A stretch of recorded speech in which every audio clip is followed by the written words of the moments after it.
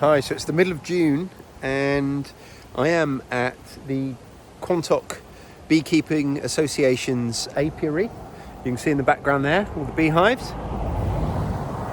And I'm very excited because I signed up for a beginner's beekeeping course last year and I did all the classroom elements, and then because of the COVID-19 pandemic, the course was put on hold and I wasn't able to do any of the practical things.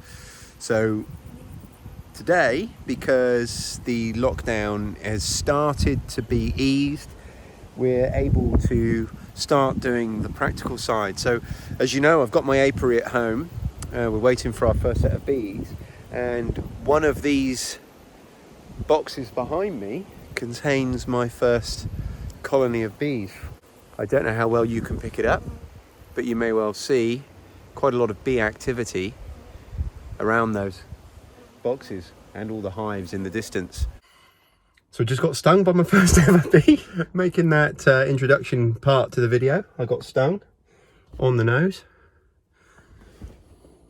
They obviously weren't that happy about me being right next to their hives, but there you go.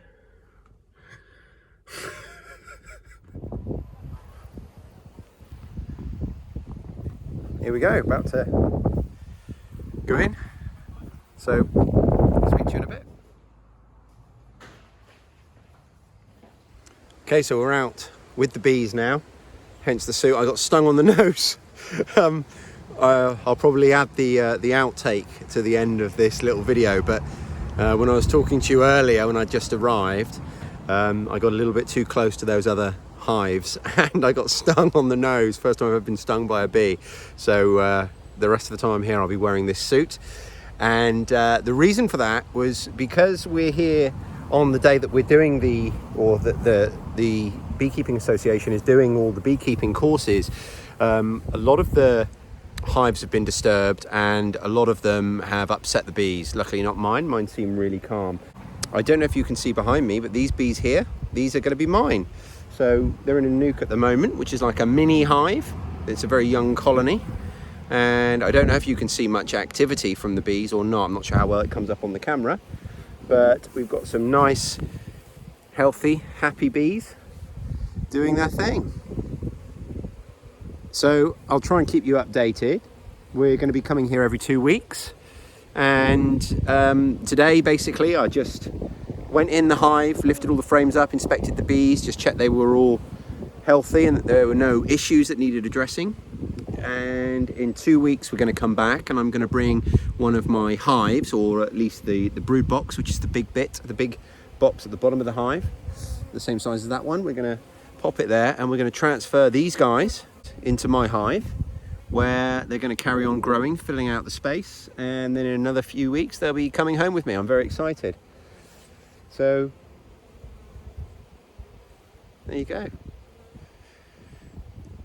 And just before I sign off, this plant down here, a really common plant, broadleaf plantain. This time of year, one of the easiest ways to recognize it is from the seed stems that shoot up.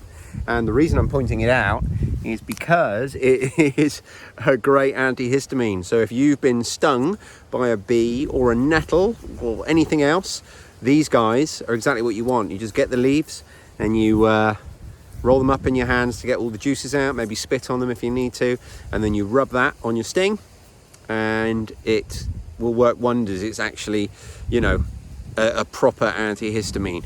You've got dock leaves, which we all grew up with, and they are basically the placebo equivalent of these. This is the real deal. So broadleaf plantain, I'll leave you with that one. As always guys, if you find these videos valuable, please do subscribe to our channel, leave a comment down below, press that like button, and find us elsewhere. Come and find us on our Facebook group where we are Self-Sufficient Hub, and also check out the Self-Sufficient Hub podcast. See you on the next one. So I'm going to go and put my bee suit on, and